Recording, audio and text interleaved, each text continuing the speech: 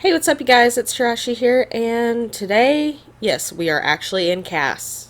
I know I don't do much in CAS at all, but today we're going to be starting the Lunar Zodiac Challenge. And so, this challenge was created by one of my favorite YouTubers, Koffee. This is her challenge that she created. She wanted to bring in elements from the Zodiac Legacy Challenge and the Not So Berry Challenge and just kind of merge them together to some extent, but also condense it a bit because she felt like she couldn't commit to a full legacy challenge, and so this is a shortened version of that. And one of my friends has also called it a shortened version of the 100 baby challenge. But I just wanted to read over the story that Koffee had come up with for this challenge really quick, and then we'll kind of talk about some of the rules while you watch me create our moon goddess, Artemis. Once upon a time, the moon fell in love with the sun. The two, star-crossed, were never meant to be. One always shadowed by the other, always missing the other, only catching small stolen kisses and glimpses through time and space. The moon over time grew tired. She longed to be with her love.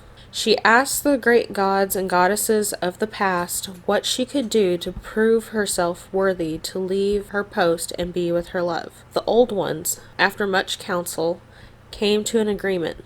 The moon couldn't just leave forever. Their home planet, which they all served, needed the moon's magic light and power to survive. However, there was but one other way to fuel the power of the moon. It would take the power of exactly 12 witches, one witch for each constellation that surrounds the earth. The gods of old agreed to hold her post if she would agree to ascend down to earth and birth 12 magical female witches, which she would birth them and raise them to be powerful, to surrender fractions of their magic to the greater good and to power the moon. If she could achieve this in a timely fashion, she would be free of her posts to do as she would. The moon goddess agreed and was sent down to earth immediately to begin her path. Alright, so that is the story set up for this challenge. Now, I'm going to go over some of the rules for the challenge. For one, we have to start by creating our moon goddess. Now, we can make her look however we want to.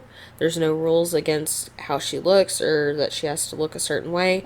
I honestly decided to create her inspired by like fan pictures and stuff like that people have made of Artemis, who is one of my favorite goddesses anyway. Rule number 2, you must move on to a bulldozed lot and change your money to 2,000 simoleons. The gods of old didn't want to send you down with nothing, so they sent you down with at least 2,000 simoleons to get you started. Rule number 3 is that you cannot have a job, but you may sell collectibles, paintings, etc. Rule number 4, do not leave the house unless the children are old enough to stay home alone. So basically, if you've got toddlers, you can't travel anywhere. Rule number 5, your goddess must be family oriented and have the Cancer trait if you're using the Zodiac mod, which I do have the Zodiac mod, so I was making sure to use that. Koffee recommends using Cancer as their sign since it's the most nurturing sign in the Zodiac. The last trait and the aspiration is up to you depending on what you want to do for her means of making money. Rule number 6 is you must birth 12 female Sims, one for each Zodiac sign. So if you give birth to a male Sim, then you must move that Sim in with their father. Rule number 7, you can only use a donor once. So just like with the 100 baby challenge, if you've already had a kid with that person, that's it. You're done. You can't use them again. Number 8, you cannot marry or have a partner. This includes like boyfriend, girlfriend, whatever. Your only love is the sun god who you're trying to get back to. And remember, gods and goddesses treat woohoo and stuff like that different. This is what she has to do if she wants to be with the one she loves. And so the sun god will forgive her for that, but she will not take any other lover in the sense of like marrying somebody or having a boyfriend or girlfriend while she's on Earth.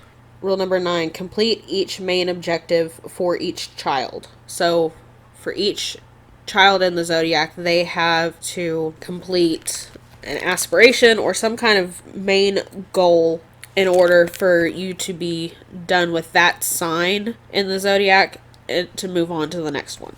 Number 10, move them out once they become young adults, or once you've finished their main objective. Hopefully most of these you can actually finish within the time that they are teenagers, but it may be harder to do so.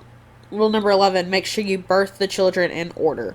And the only way to lose this challenge is if your moon goddess ages up past childbirth years. So basically, if she ages up into an elder before you finish the challenge, you've lost. But you are allowed to use your points to purchase youth potions to prevent this from happening. Alright, and that is it. If you guys are looking forward to the series, please give this video a like, leave any comments down below, subscribe to my channel if you haven't already. I post a new video every Monday and Friday, and I'll see you guys next time. Bye guys!